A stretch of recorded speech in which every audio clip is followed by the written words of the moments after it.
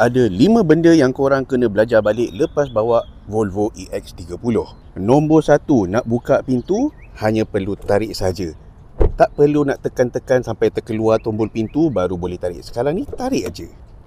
Nombor 2, nak buka tingkap, kat mana switch dia? Jangan risau, dia sebenarnya ada dekat tengah, macam kereta Proton dulu-dulu. Nombor 3, macam mana nak ubah kedudukan tempat duduk kalau butang dia macam ni? Jangan risau, senang saja. Kalau macam ni ke belakang, kalau macam ni ke depan. Kalau ke sini, dia boleh baringkan. Kalau kita pulas ke kanan, dia boleh tegakkan. Macam mana nak adjust yang ni? Senang saja, tekan butang yang ni, korang boleh naikkan ataupun turunkan. Nombor 4, macam mana pula nak laraskan kedudukan side mirror? Sebab kat sini memang tak ada switch. Jangan risau. Masuk dalam sini, korang tekan dekat butang kereta ni. Dekat sini ada side mirror.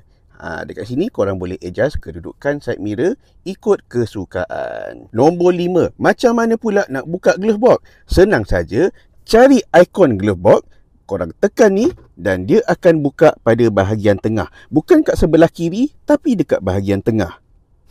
Macam banyak benda tak yang korang akan belajar pada EX30? Tolong komen banyak-banyak dekat bawah.